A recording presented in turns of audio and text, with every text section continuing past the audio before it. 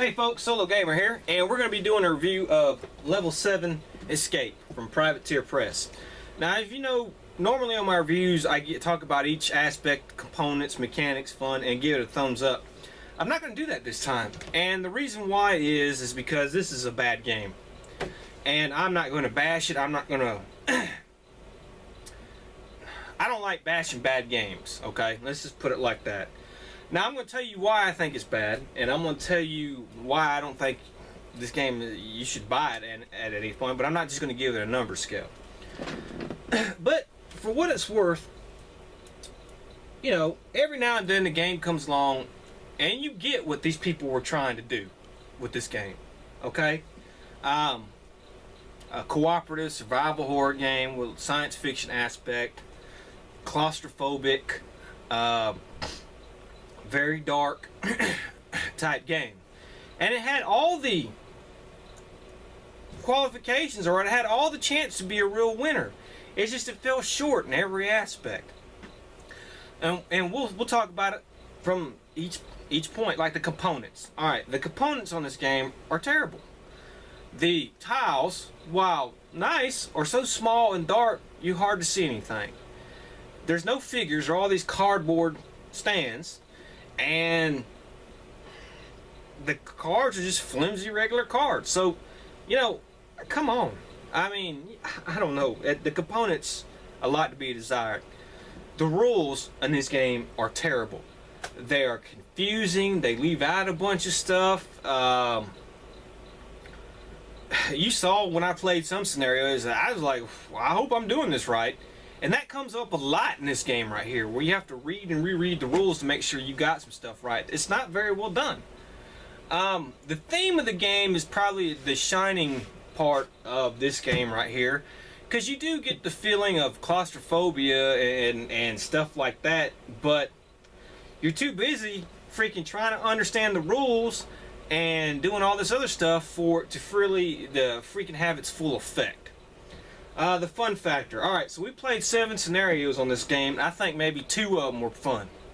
I think 2 of them were maybe fun. Maybe 1, 2 of them were okay, and 3 were just downright terrible. So, no. So, no. It's not fun. And then web support.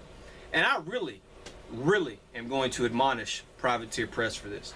There is an extra scenario for this game, okay, but Privateer Press makes you buy a subscription to an online, was it quarterly magazine or something like that, that you would have no interest in, but except for a few select people, in order to get the free scenario that this game comes with.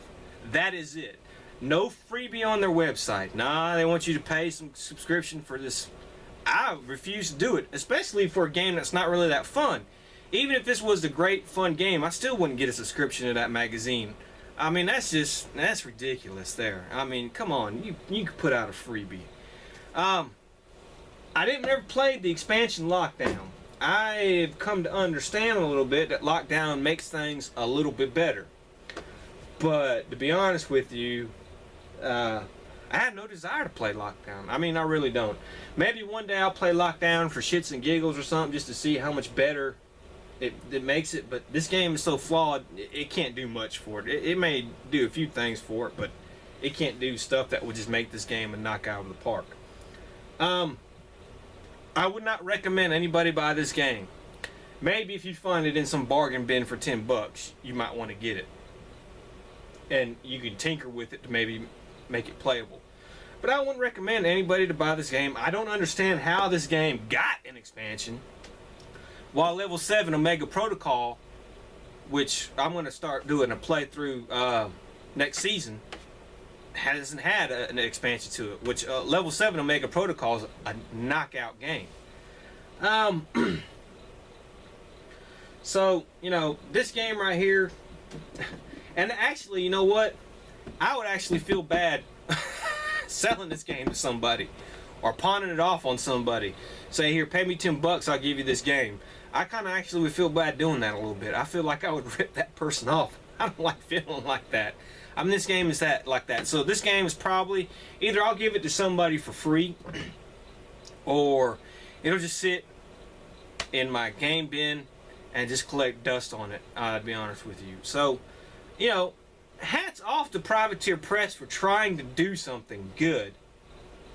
I mean, I get what they try to do, but the execution is just god awful. I mean, you can't even really consider this a diamond in the rough. I mean, it's really just a lump of freaking coal at this point in time. and you just have to let Privateer Press evolve and let them make better games, which they did with Omega Protocol. So I'm not going, like I said, I'm not going to rate it out of a scale of 1 to 10. I'm just going to say, don't buy this game. Don't waste your money. Don't waste your time. If you want a game kind of like this, or in this universe, definitely buy a level 7 Omega Protocol. 10 times much better game. But no, just when you see this in the game store and that cover catches your eye and you're like, ooh. And then you read the back of it and you're like, ooh, that kind of looks pretty cool. No, just keep walking and get something else. Trust me, you'll thank me for it. Alright, this is SoloGamer saying, see you next time.